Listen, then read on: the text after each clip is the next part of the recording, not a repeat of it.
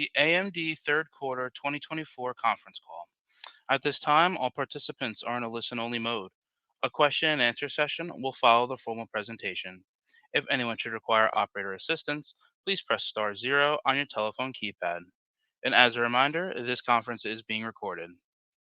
It is now my pleasure to introduce to you Mitch Hawes, Vice President of Investor Relations. Thank you, Mitch. You may begin.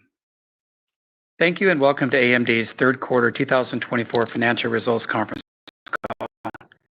By now, you should have had the opportunity to review a copy of our earnings press release and the accompanying slides. If you have not had the chance to review these materials, they can be found on the Investor Relations page of amd.com. We will refer primarily to non-GAAP financial measures during today's call.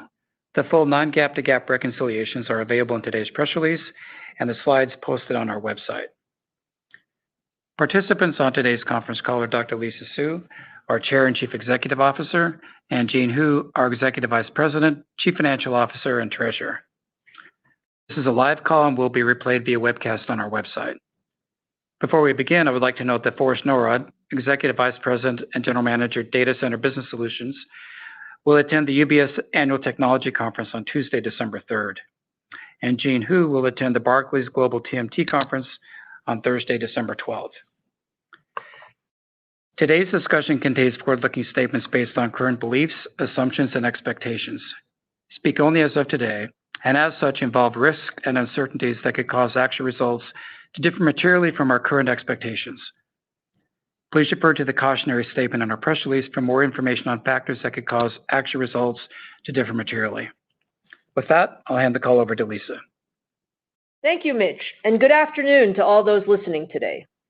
We delivered strong top and bottom line growth in the third quarter, with revenue coming in above expectations driven by record Instinct and EPYC product sales and robust demand for our Ryzen PC processors. Third quarter revenue increased 18% year over year to a record $6.8 billion, as significantly higher data center and client processor sales more than offset declines in gaming and embedded product sales. We expanded gross margin by 2.5 percentage points and increased earnings per share by 31% year over year as data center segment revenue more than doubled. Turning to the segments, data center segment revenue increased 122% to a record $3.5 billion. We believe we gained server CPU share in the quarter as enterprise wins accelerated, cloud providers expanded their use of EPYC CPUs across their infrastructure, and we began the initial ramp of 5th-gen EPYC processors. EPYC has become the CPU of choice for the modern data center, and our multi-generation product portfolio delivers leadership performance and significant TCO advantages across virtually every enterprise and cloud workload. In cloud, EPYC CPUs are deployed at scale to power many of the most important services, including Office 365, Facebook, Teams, Salesforce, SAP, Zoom, Uber, Netflix, and many more. Meta alone has deployed more than 1.5 million EPYC CPUs across their global data center fleet to power their social media platforms. Cloudflare selected Genoa X processors with our industry-leading 3D chiplet stacking technology to power their next-generation servers that support twice as many requests per second and deliver 60% higher performance per watt versus their prior generation. Public cloud instances increased 20% year over year to more than 950 as Microsoft, AWS, and others launched or expanded their EPYC processor-powered offerings in the quarter. EPYC instance adoption with enterprise customers also grew in the quarter, highlighted by wins with Adobe, Boeing, Micron, Nestle, Slack, Synopsys, Tata, and others. In the enterprise, sales grew by a strong double-digit percentage year over year for the fifth straight quarter as EPYC CPU adoption accelerated and sell-through momentum grew. Dell, HPE, Lenovo, and others have expanded the number of fourth-gen EPYC platforms they offer by 50% in the last year. There are now more than 200 different EPYC solutions available that are optimized for a broad range of enterprise and edge workloads. We are building strong momentum with large enterprise customers, highlighted in the third quarter by wins with large technology, energy, financial services, and automotive companies in the quarter, including Airbus, Daimler Truck, FedEx, HSBC, Siemens, Walgreens, and others. We launched our next-generation Turin family earlier this month that delivers absolute performance and TCO leadership across both enterprise scale-up and cloud-native scale-out workloads. Turin has already set more than 130 performance records for virtualization, database, AI, business applications, and energy efficiency, with the full EPYC portfolio accounting for more than 500 performance world records. More than 130 5th-gen EPYC enterprise platforms are in development from all the leading server OEMs and ODMs. These new servers complement existing 4th-gen EPYC platforms, providing a top-to-bottom stack of platforms optimized for a broad range of business applications. In cloud, Google and OCI announced plans to launch 5th-gen EPYC instances early next year, and we expect broad adoption with our largest cloud customers based on the significant performance and efficiency advantages of Turin. As an example, Oracle's Turin instances deliver 35% higher performance per core, 33% faster memory speeds, and double the networking bandwidth, delivering a level of compute performance and capability that is only possible with EPYC CPUs. Looking ahead, we are very well positioned for continued growth and share gains based on the strength of our broad EPYC portfolio and the momentum we have built with cloud and enterprise customers. We also took a major step in the quarter to advance the x86 architecture, forming an ecosystem advisory group with Intel, several industry luminaries, and the largest cloud, PC, and enterprise leaders to accelerate innovation by driving consistency and compatibility across both the x86 instruction set and architectural interfaces, and ensuring we evolve x86 as a compute platform of choice for developers and customers. Turning to our data center AI business, data center GPU revenue ramped as MI300X adoption expanded with cloud, OEM, and AI customers. Microsoft and Meta expanded their use of MI300X accelerators to power their internal workloads in the quarter. Microsoft is now using MI300X broadly for multiple Copilot services powered by the family of GPT-4 models.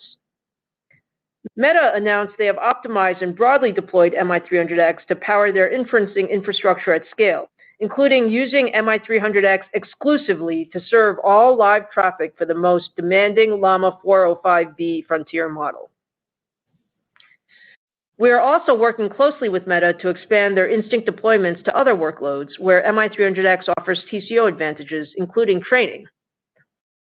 MI300X public cloud instance availability expanded in the quarter, with Microsoft, Oracle Cloud, and multiple AI-specialized cloud providers now offering Instinct instances with leadership performance and TCO for many of the most widely used models. Instinct cloud instance adoption is strong, with multiple startups and industry leaders adopting MI300 instances to power their models and services, including Essential AI, Fireworks AI, Luma AI, and Databricks. On the AI software front, since launching MI300 10 months ago, we have expanded functionality at every layer of the ROCm stack and increased the number of models that run out of the box on Instinct accelerators to more than 1 million, enabling customers to get up and running as fast as possible with maximum out-of-the-box performance. With the release of ROCm 6.2 last quarter, MI300X inferencing performance has improved 2.4 times since launch, and training performance has increased 80%. We are working closely with a growing number of marquee cloud and enterprise customers to fine-tune their specific inferencing workloads for MI300, with many customers seeing 30% higher performance compared to competitive offerings. And we continue to expand our work with the open source community, broadening support for key frameworks like JAX, libraries like VLLM, and hardware-agnostic compilers like Triton. At our Advancing AI event earlier this month, we were excited to be joined by the creators and leaders of some of the most important AI software technologies who have added foundational support for ROCm into Triton, the Llama Stack, SGLang, VLLM, and TensorFlow, and are working to enable broader open source community work with Instinct platforms. With this growing support from the broader AI software ecosystem and the significant advances we have made in our software stack, ROCm now provides AI developers with a truly open software alternative that has been deployed and validated at scale. To expand our AI systems capabilities, we announced a definitive agreement to acquire ZT Systems, one of the leading providers of AI infrastructure to the world's largest hyperscale computing companies. The ZT team complements our silicon and software capabilities with critical systems expertise needed to deliver rack and cluster-level solutions. With ZT, we will be able to design and validate our next-gen AI silicon and systems in parallel, greatly accelerating time to deploy Instinct accelerators at data center scale. Customer feedback has been very positive as the ZT acquisition enables hyperscale customers to rapidly deploy AMD AI infrastructure at scale and provides OEMs and ODMs with optimized board and module designs for a wide range of differentiated enterprise solutions. On the regulatory front, we made good progress as we recently passed the HSR waiting period required for U.S. approval. We remain on track to close the acquisition in the first half of 2025. As a reminder, we plan to divest ZT's industry-leading U.S.-based data center infrastructure manufacturing business at the close of the transaction and are pleased that we have received significant interest from a number of parties to date. Looking ahead, we launched our next-gen MI325X GPU earlier this month that extends our memory capacity and bandwidth advantages and delivers up to 20% higher inferencing performance compared to H200 and competitive training performance. Customer and partner interest for MI325X is high. Production shipments are planned to start this quarter with widespread system availability from Dell, HPE, Lenovo, Supermicro, and others starting in the first quarter of 2025. Longer term, we have successfully accelerated our product development pace to deliver an annual cadence of new Instinct products. Our next-gen MI350 series silicon is looking very good and is on track to launch in the second half of 2025 with the largest generational increase in AI performance we have ever delivered. Development on our MI400 series based on the CDNA Next architecture is also progressing very well towards a 2026 launch. We have built significant momentum across our data center AI business, with deployments increasing across an expanding set of cloud, enterprise, and AI customers. As a result, we now expect data center GPU revenue to exceed $5 billion in 2024, up from $4.5 billion we guided in July, and our expectation of $2 billion when we started the year.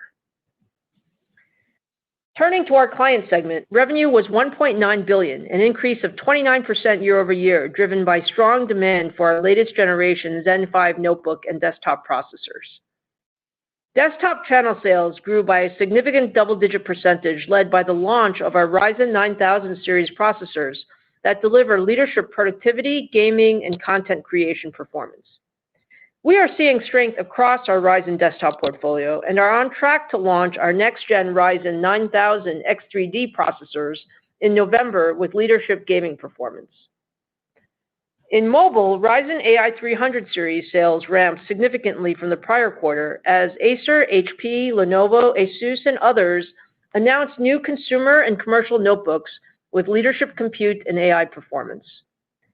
We made good progress expanding our presence in the commercial PC market in the quarter, closing multiple large deals with AstraZeneca, Bayer, Mazda, Shell, Volkswagen, and other enterprise customers. We also launched our Ryzen AI Pro 300 series family, the first CPUs with enterprise-class security, manageability, and AI capabilities for Copilot+ PCs.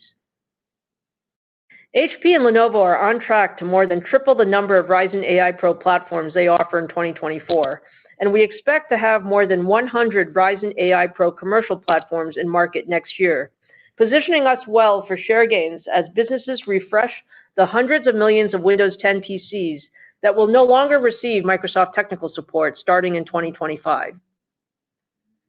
Now turning to our gaming segment, revenue declined 69% year over year to $462 million. Semi-custom sales declined as Microsoft and Sony reduced channel inventory.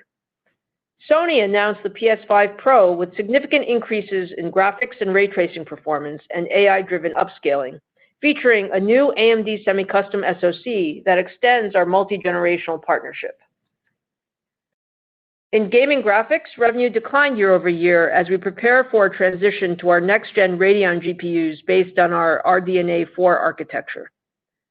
In addition to a strong increase in gaming performance, RDNA 4 delivers significantly higher ray tracing performance and adds new AI capabilities. We are on track to launch the first RDNA 4 GPUs in early 2025.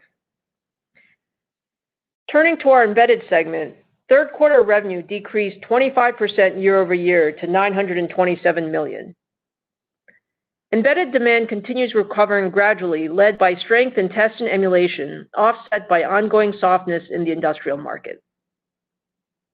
Momentum continues building for our differentiated Versal family of adaptive SoCs, led by strong demand for our Versal Premium VP1902, which is the world's largest adaptive SoC in FPGA that is powering multiple platforms for all three of the largest EDA vendors.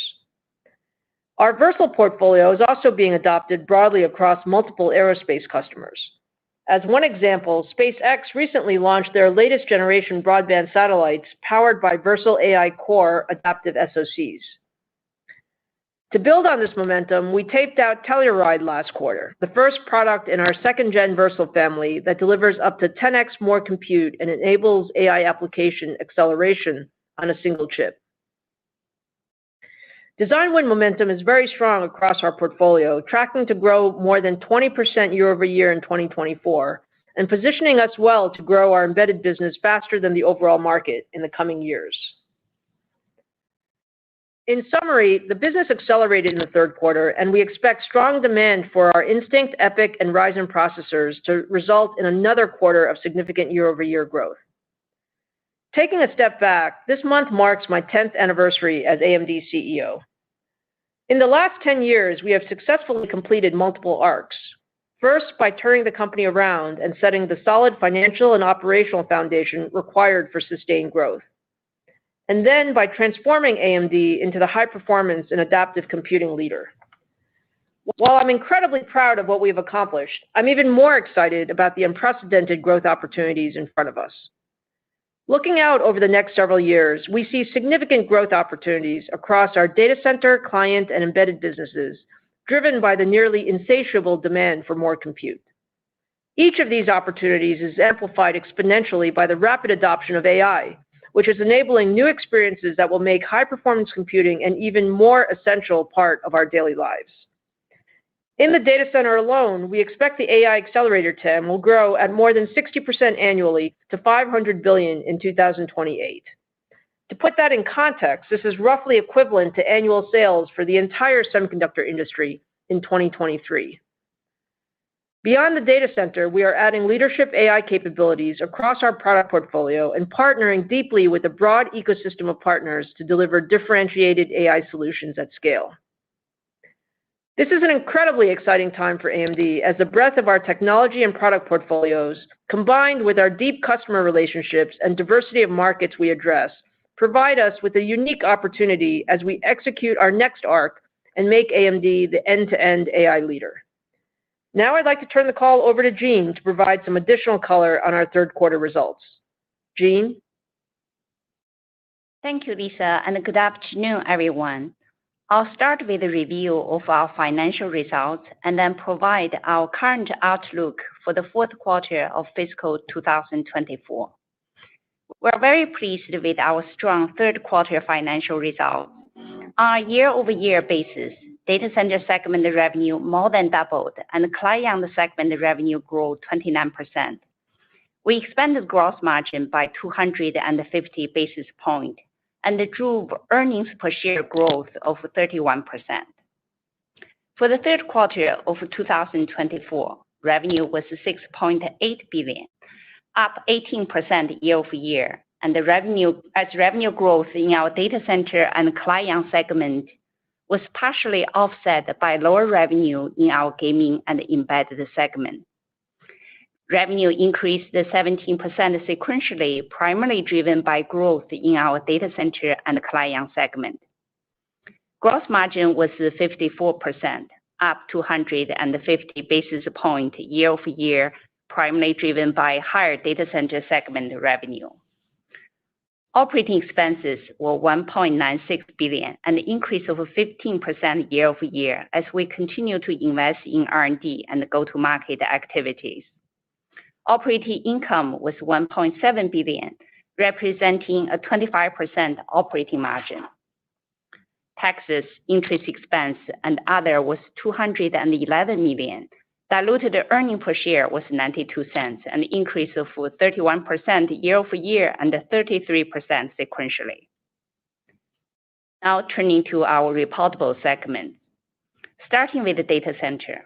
Data center delivered record quarterly segment revenue of $3.5 billion, up 122%, nearly a $2 billion increase year-over-year and an increase of 25% sequentially. Growth in revenue was led primarily by the strong ramp of AMD Instinct GPU shipment and growth in AMD EPYC CPU sales. The data center segment accounted for 52% of total revenue in the third quarter. Data center segment operating income was $1 billion, or 29% of revenue, compared to $306 million, or 19% a year ago. Data center segment operating income more than tripled compared to the prior year, driven by higher revenue and operating leverage. Client segment revenue was $1.9 billion, up 29% year-over-year and 26% sequentially, driven primarily by strong demand for our Zen 5 AMD Ryzen processors. Client segment operating income was $276 million, or 15% of revenue, compared to an operating income of $140 million a year ago, or 10% of revenue, primarily driven by higher revenue, partially offset by higher operating expenses. Gaming segment revenue was $462 million, down 69% year-over-year and 29% sequentially, primarily due to a decrease in semi-customer revenue. Gaming segment operating income was $12 million, or 2% of revenue, compared to $208 million, or 14% a year ago. Embedded segment revenue was $927 million, down 25% year-over-year as customers continue to normalize their inventory levels. Revenue increased 8% sequentially as demand improved in several end markets. Embedded segment operating income was $372 million, or 40% of revenue, compared to $612 million, or 49% a year ago. Turning to the balance sheet and the cash flow. During the quarter, we generated $628 million in cash from operations, and the free cash flow was $496 million. Excluding certain non-recurring payments related to acquisitions from operating cash flows, our free cash flow was $619 million. Inventory increased sequentially by $383 million to $5.4 billion, primarily to support the continued ramp of data center segment products. At the end of the quarter, cash equivalents, and short-term investment was $4.5 billion. In the third quarter, we returned $250 million of cash to shareholders, repurchasing 1.8 million shares, and we have $4.9 billion of authorization remaining. Now turning to our fourth quarter of 2024 outlook. We expect revenue to be approximately $7.5 billion, plus or minus $300 million, up 22% year-over-year, driven by strong growth in our data center and the client segments, more than offset decline in the gaming and the embedded segments. We expect revenue to be up approximately 10% sequentially, driven primarily by growth across data center, client, and the gaming segments. In addition, we expect the fourth quarter non-GAAP gross margin to be approximately 54%, non-GAAP operating expenses to be approximately $2.05 billion, non-GAAP other net income to be $17 million, non-GAAP effective tax rate to be 13%, and the diluted share count is expected to be approximately 1.64 billion shares. In closing, we're pleased with our strong execution in the third quarter. We delivered record revenue along with the strong year-over-year expansion in gross margin and earnings per share growth. Looking ahead, we are very well positioned to deliver another record quarter of revenue in the fourth quarter, driven by continued momentum in our data center and client segments. Importantly, we are making a strategic investment at the position AMD as the end-to-end AI infrastructure leader and drive long-term profitable growth. With that, I'll turn it back to Mitch for the Q&A session. Thank you, Jean. John, let's poll the audience for questions.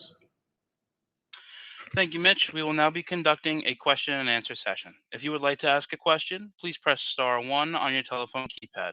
A confirmation tone will indicate that your line is in the question queue. You may press star 2 to remove yourself from the queue. For participants using speaker equipment, it may be necessary to pick up your handset before pressing the star keys. One moment, please, while we poll for questions. And the first question comes from the line of Toshiya Hari with Goldman Sachs. Please proceed with your question. Hi, good afternoon. Thank you so much for taking the question. My first one is on the data center GPU business. Lisa, you took up your 24 outlook by $500 million. Curious what drove the change there. And more importantly, as you look forward into calendar 25, I doubt you're going to give us quantitative guidance on this call, but conceptually, how are you thinking about growth in your Instinct business between your large cloud customers and your enterprise customers? And if you can speak to the possibility of adding new customers within cloud, again, specific to Instinct, that would be really helpful. Sure, Toshiya, thank you for the question. So first of all, we had a very strong quarter for the data center overall in Q3, and especially for the Instinct product portfolio. We actually completed some important customer milestones, and we were able to ramp a bit above our initial expectations. So data center GPU was very strong in the third quarter, and we raised overall guidance for the year from exceeding $4.5 billion to exceeding $5 billion based on the completion of some of those customer milestones. So we feel good about the trajectory as we go through the end of this year. And then to your overall question about 2025, at a high level, look, we feel very good about the market. From everything that we see, talking to customers, there's still significant investment in trying to build out the infrastructure required across all of the AI workloads. And then within that, our product portfolio is getting stronger with the annual cadence launching 325 later this quarter and 355 in the second half of next year. And then in terms of customers, our customer engagements are actually broadening quite well. So and it's broadening in two ways. So certainly cloud, our largest cloud customers are broadening the set of workloads that they're running on AMD Instinct. And we're also very engaged with a number of large cloud and enterprise customers that are actively working with us on optimizing their workloads. And we would expect those would be good opportunities for us over the next couple of quarters as well. Great. And then a quick follow-up, maybe one for Jean on gross margin. You're guiding Q4 gross margin essentially flat sequentially. If you can walk through the puts and takes there, that would be really helpful. And then again, as you look forward into 25, you're kind of speaking to continued data center growth. One would think the embedded business hopefully begins to recover. And then, within some of your businesses like server CPU, I would expect enterprise to grow perhaps faster off a low base. So I do think you have a lot going for you from a gross margin standpoint. But are those points valid? And what should we be thinking about in terms of potential headwinds as well? Thank you. Yeah. Thank you for that question. First, we are very pleased with our Q3 gross margin performance. We delivered 53.6%, and we are guiding approximately 54% in Q4. In general, when you look at the 2024, our gross margin improvement has been primarily driven by the mix especially data center business continue to be the strong growth driver of our business. It's accounting for more than 50% of our revenue mix. That helps us to improve gross margin. Going into 2025, we're not going to guide specifically, but as you mentioned, there are puts and takes that will help us going forward. I would say first is going forward, the largest growth driver is our data center business, both CPU side, GPU side, and you're absolutely right. We see our enterprise server business continue to expand. That will be a tailwind on gross margin side. And secondly, embedded business is recovering and gradually, but that will also help us with our gross margin. At the same time, we're also seeing our client business expansion nicely. Client business today is more focused on consumer side, which tend to be below corporate average. That's something headwind we'll deal with. And lastly, I would say our team has done a great job to continue to improve operational efficiency. When we scale the company next year, you can see we're going to benefit from economics of scale to continue to drive operational efficiency to improve gross margin. And the next question comes from the line of Aaron Rakers with Wells Fargo. Please proceed with your question. Yeah, thanks for taking the question. I'll do two as well. I guess maybe building on the latter point that you just made, I'm curious of how you would characterize your supply chain having evolved, now talking about $5+ billion. How do we think about what you've been doing on the supply side, given the lead times, the production cycles of these MI 300 and 325 GPUs as we look out into 2025? And I have another quick one. Sure, Aaron. So look, I've been very happy with how our supply chain has ramped over the last number of quarters. It's clearly a tight supply environment, but we've done a great job getting, ensuring that we have capacity across the entire supply chain. Again, that was part of the reason for the higher revenue in the third quarter around our Instinct business, just both customer demand as well as supply chain improvement. And going into the next few quarters, going into 2025, I think we expect that the environment will continue to be tight, but we've also planned for significant growth going into 2025. And so we feel good about our overall supply chain capability. Yeah. And then as a quick follow-up, when I look at the sequential guidance in revenue at the midpoint, let's call it about $680 million up sequentially, could you help us frame of how much of that is driven by client versus the data center piece of the business? Thank you. Sure, Aaron. So certainly if you look at the sequential guide, the largest contributor is the data center business. And that is now such a large piece of our business. It's over 50% of our business in Q3, and it will continue to grow in Q4. Client segment, we also expect to perform well. I think we've done very well with our launches this year, both on the desktop Zen 5 launches as well as the notebook AI PC launches. So we expect growth there. And then the other segments on a sequential basis, gaming and embedded would be more modest. And the next question comes from the line of Ross Seymore with Deutsche Bank. Please proceed with your question. Hi, guys. Thanks for letting me ask a question. And Lisa, congrats on the 10-year anniversary. Jean, when you gave the segment guidance, kind of playing off the last question, you didn't mention embedded as being up.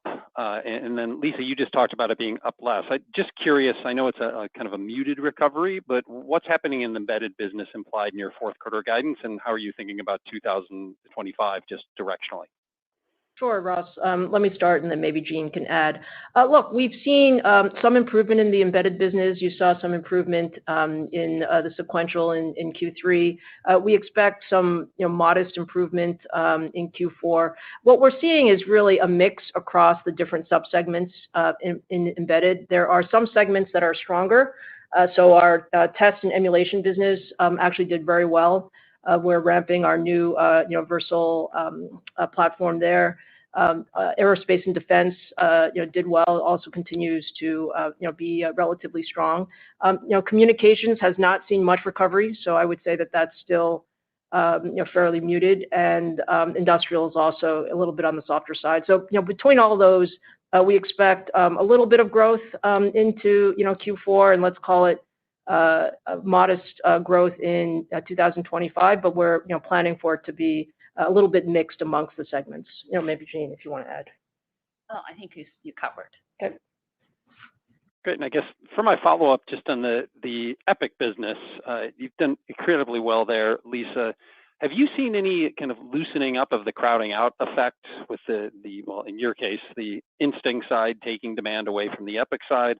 Doesn't seem to have slowed you down much this year. You're still up by my math, maybe 33% or so. And how are you thinking about that kind of CPU versus GPU dynamic from a customer spend perspective as we look into 25? Yeah, sure. Let me talk a little bit about the data center CPU business. Look, we've been extremely pleased with the progress there. I think the market environment has certainly gotten better over the last couple of quarters. We've seen some of the large cloud customers now, sort of adding to their data center capacity and refreshes. We've seen enterprises also start with some of their modernization activities.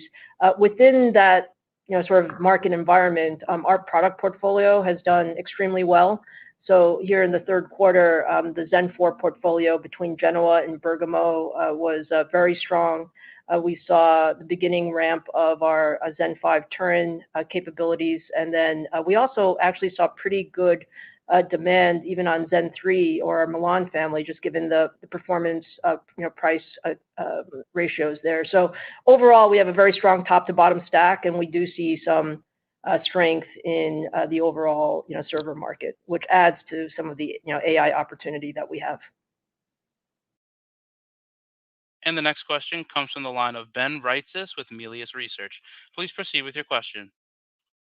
Yeah, if I could stick to the pattern of two, I want to follow up a little bit on servers, and thanks for the question. Going into next year, it seems like you're poised for more share gains, and I was just wondering, there is a perception, that GPUs are cannibalizing, the servers, but what are you seeing specifically in Turin? Is it with this momentum that you're talking about? Is it the right CPU for a GPU? Are hyperscalers in particular liking the fact you can consolidate and create more room for AI gear? What is the particular catalyst and what that you're seeing out there with this upgrade? Thanks. Sure, Ben. So I think when I look at, Turin and the environment going into 2025, Turin is actually very well optimized for sort of the broad set of server workloads or traditional, CPU workloads, including both scale up and scale out workloads. So I think that is very positive. We believe that there will be strong AI content on CPUs, and that helps Turin as well. It's also an important piece of the head node of any, GPU configuration. So overall, I think those are all, good catalysts for us. And primarily, we're at this point where we're expanding the workloads in general as we are working with our largest cloud customers, and we're making strong progress in enterprise, which has been, very important for us. The enterprise sale takes longer. There's, a significant amount of POC work and just making sure that CIOs are familiar with our offerings. But I think between our Zen 4, Zen 5 offerings now, we really have a very broad portfolio that satisfies the vast majority of the traditional CPU workloads. Okay, thanks. And then I just want to follow up on the PC market. There's just, you guys keep outperforming, but there's just general concerns that of consumer weakness. And I was just wondering, what you're seeing in the 4Q, and, is there a risk of more than seasonal decline in the 1Q, or, do you feel like things will keep going unabated in the PC market for you guys particularly? Well, we see a few things in the PC market. So our business tends to be more consumer weighted. So the second half of the year is usually stronger than the first half of the year. And this year, that's added to the fact that we have a couple of product launches. So we launched our desktop products with Zen 5 and our Ryzen 9000 series, and we also launched our AI PC next generation Ryzen AI 300 product. So I think the combination of those two have given us, let's call it, a stronger than normal second half of the year. I would expect there will be seasonality going into the first half. That's typical in our business. I think the main point is, this is the strongest PC portfolio we've had, sort of in our history, I think, across desktop and notebook. And as we go into 2025, I think there's generally some optimism about the PC market. Let's call it maybe growing mid-single digits, and within that, we have the AI PC catalyst, as well as some of the Windows 10 sort of end of support coming in 2025 as catalysts. So I think we feel good about the PC market in 2025, but we would expect some level of seasonality going into the first half of the year. And the next question comes from the line of Joshua Buchalter with TD Cowen and Company. Please proceed with your question. Hey guys, thanks for taking my question. I'll keep it to one since I'm new here. On the data center GPU side, I realize everyone wants new customer announcements and 2025 guidance, but we're not going to get that, certainly not today. That said, maybe you could speak to how much of a runway you think exists at existing customers, and how much of a catalyst MI325X on CDNA 3 and then MI355 on the new architecture can be to growing revenue and workload breadth internally and externally at these existing customers as we think about growth into next year at the data center GPU side. Thank you. Yeah, sure, Joshua. Thanks for the question.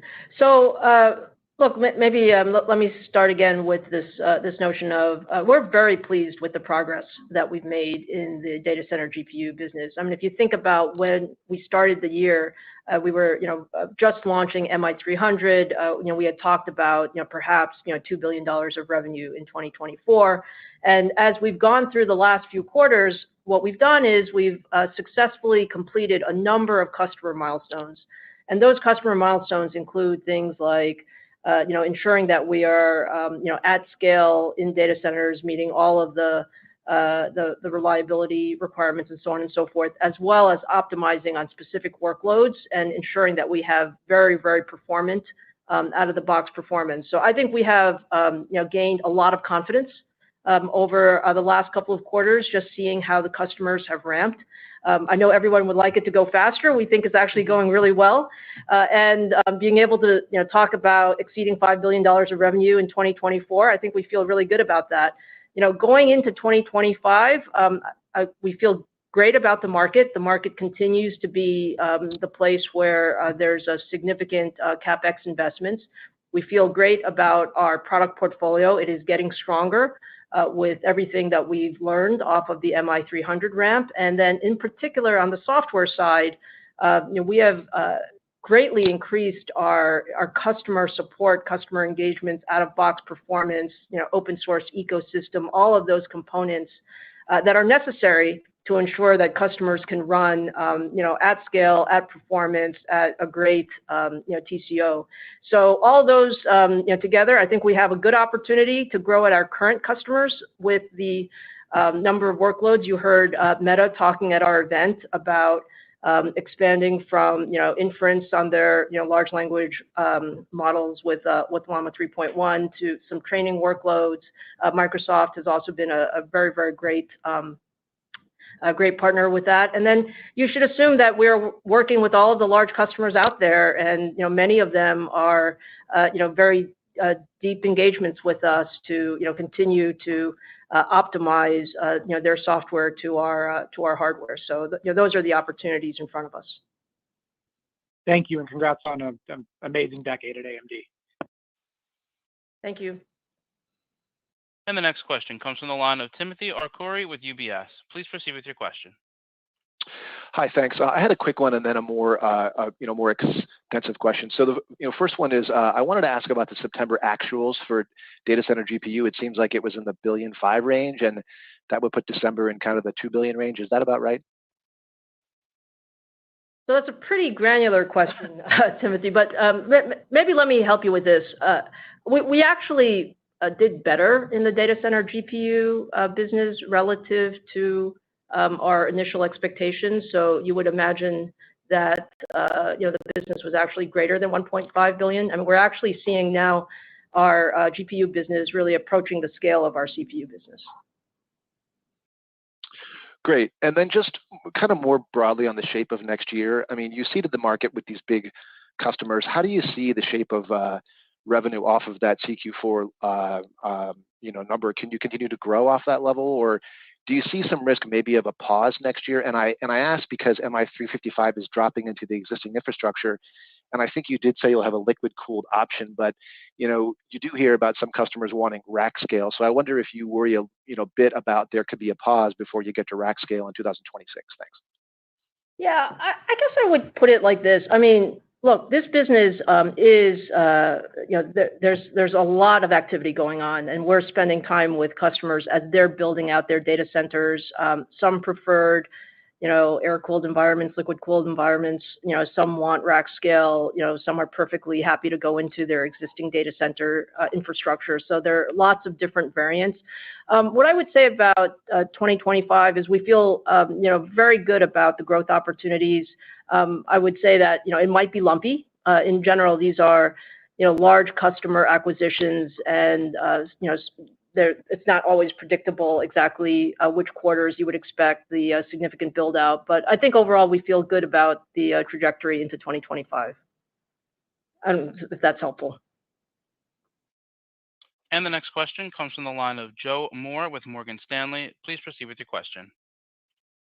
Great, thank you. I wonder if you could talk about the $5 billion of AI revenue, how that breaks down between training and inference, if you're able to assess that. And just, I know you sort of started off with most of the traction in inference, but you've seen some traction on the training side.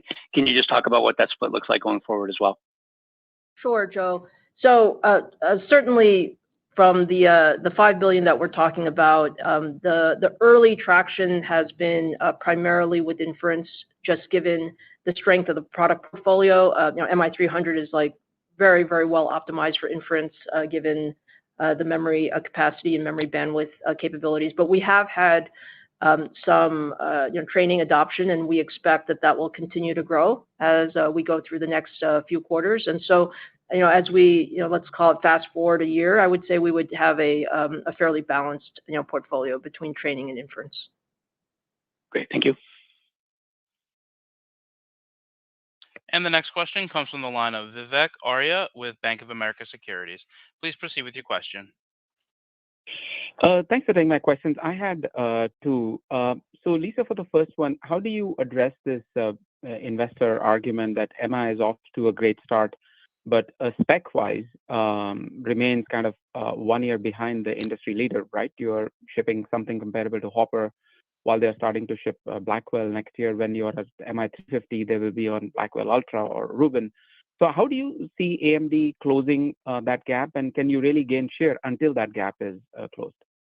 Yeah, Vivek, I actually don't see that. So maybe let me state it in another way. I think MI300, when we launched it, was behind H100. H100 was in the market for a much longer time. And we have with our accelerated roadmap actually closed a good part of that gap. I think MI325 is a great product. It's going to compete very well with H200, and the MI350 series will compete very well with Blackwell.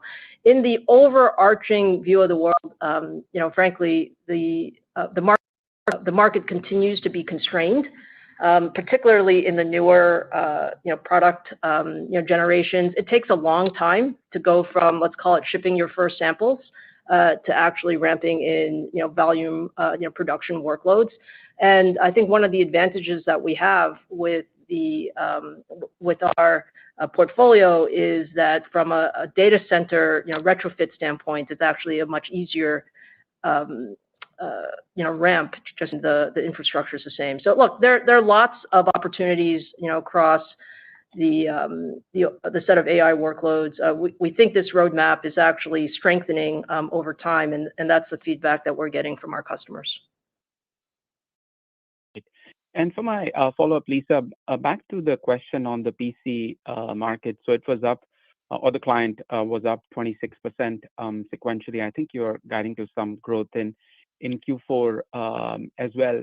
How do you see the state of the channel? And I ask that just because sell-through in Q3 was not that great, and I think Intel had guided down their Q3 to be flat or down. So just how much of the growth that you are seeing is because of ASPs? How much of this is units? And as you look out to 2025, do you think the ASP strength that we have seen this year, can that mix benefit continue for you in 25 also? Yeah, Vivek, the way I would say it is our client business has a few factors that may be slightly different from the overall market. So let me start with our desktop channel. I think our share is very high in the desktop channel, and we've done very well there. So we saw strength across that portfolio in Q3.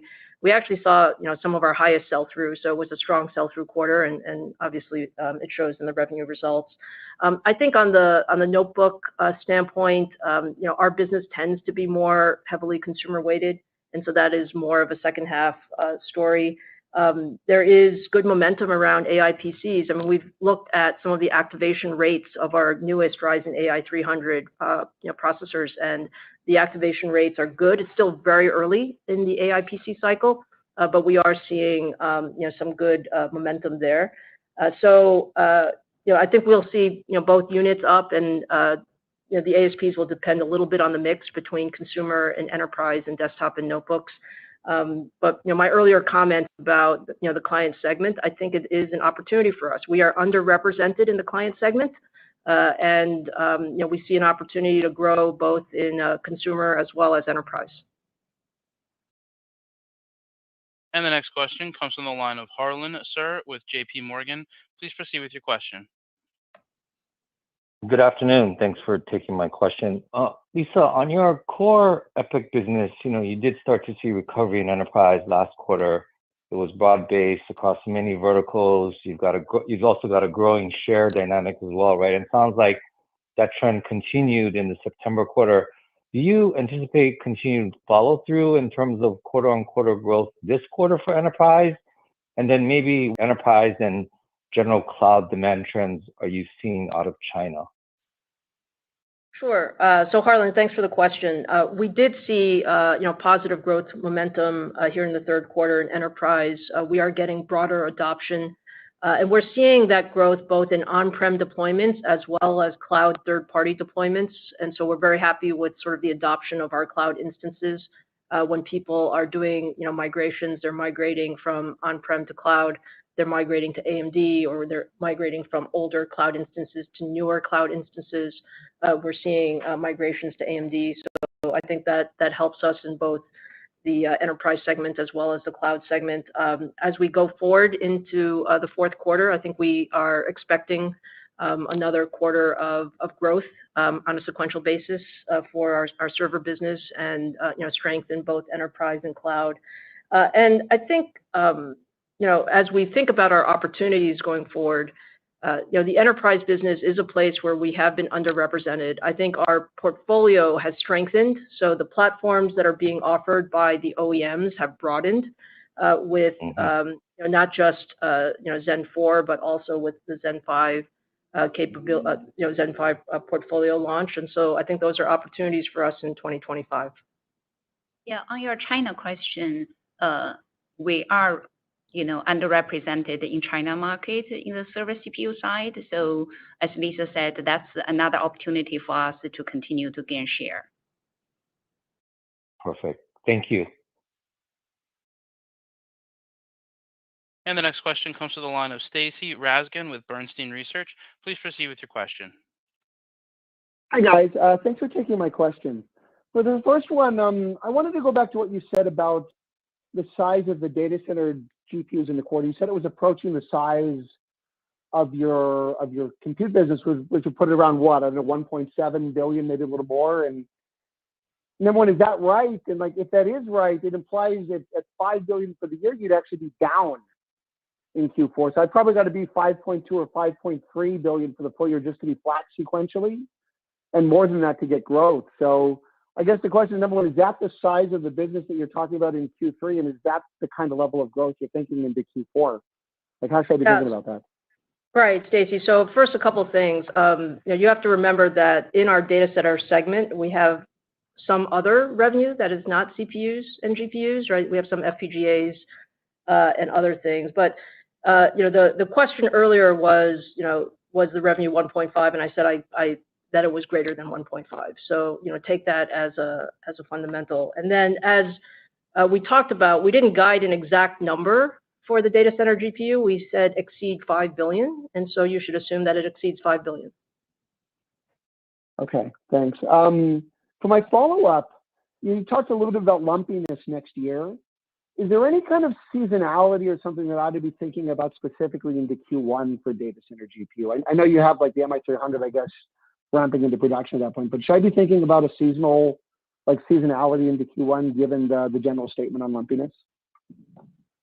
I wasn't implying something about seasonality of the data center GPU business. I was implying more that, if you think about the evolution of the business, it depends quite a bit on, a specific number of customers. So these are large customers that drive deployments. Like, for example, the third quarter was a bit higher than we expected. That was driven by some additional customer demand, and we may see that type of lumpiness. So that was what I was implying. And we'll have to see how things evolve as we get into 2025.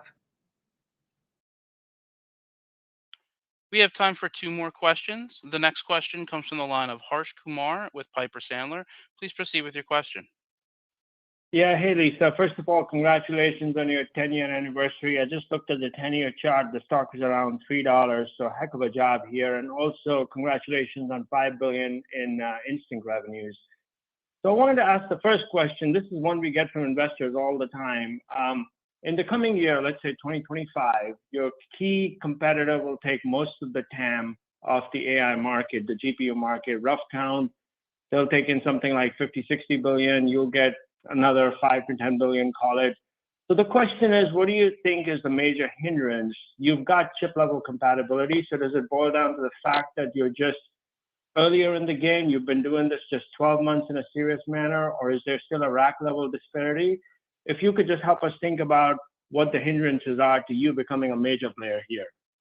Yeah, sure, Harsh. Thanks for the question and for the comments. Maybe let me say, I view them as opportunities. If you remember, Harsh, and I think you do, our EPYC ramp, from Zen 1, Zen 2, Zen 3, Zen 4, we had extremely good product even back in the Rome days, but it does take time to ensure that there is trust built, there is familiarity with the product set.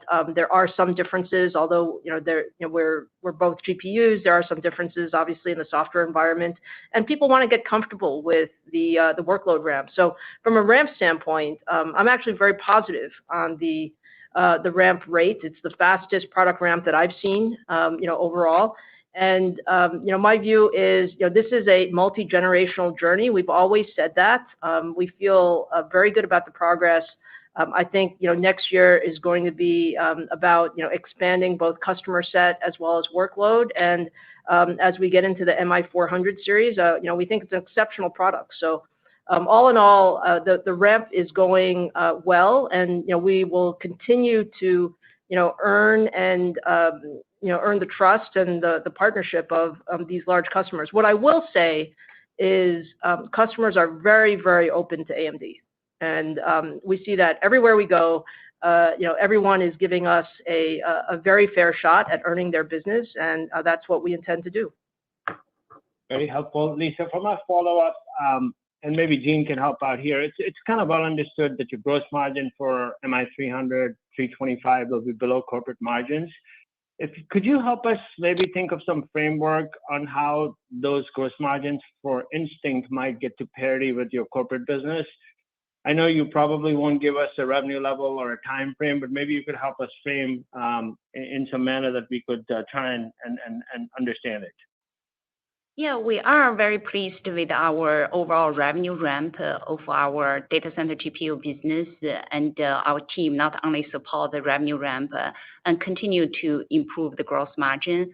Overall, it's below corporate average. And when you think about it, going into next year, of course, our top priority right now is really focus on to address customer demand and provide the TCO benefit, really increase significantly our market presence and drive substantial revenue growth. On the gross margin side, once we continue to ramp the revenue, we do think we'll have the opportunity to continue to improve gross margin. When you think about it, this is a data center business. In the longer run, longer term, it tend to be better than corporate average. We'll take some time to get there.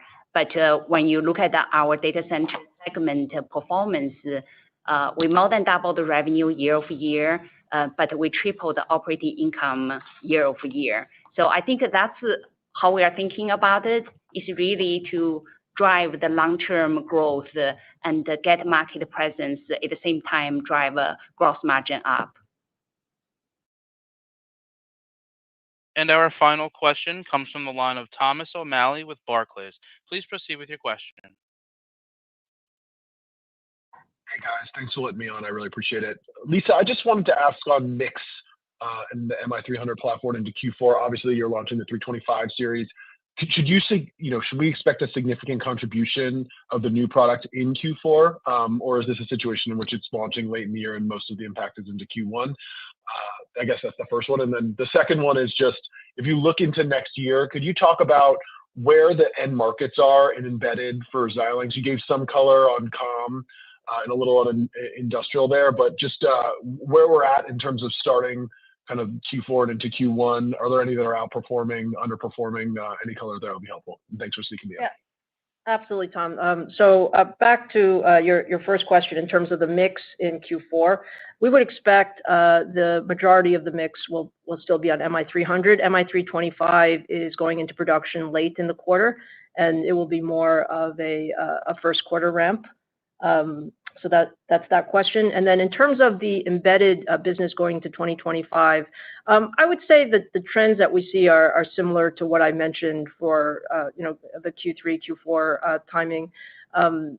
We do expect that where some of the markets will recover. We're expecting that it'll be a gradual recovery. So we see that, and the strength that we see is in some of the test and emulation segment. We see some strength. Certainly in aerospace and defense. There was a little bit of recovery in automotive that we started to see.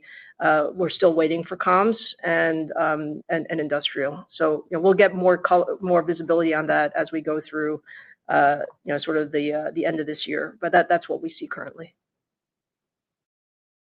Thanks, Lisa. And at this time, we have reached the end of the question and answer session. And now I'd like to turn the floor back over to Mitch Haws for any closing comments. That concludes today's call. Thanks to all of you for joining us today. And thank you. That does conclude today's teleconference. We thank you for your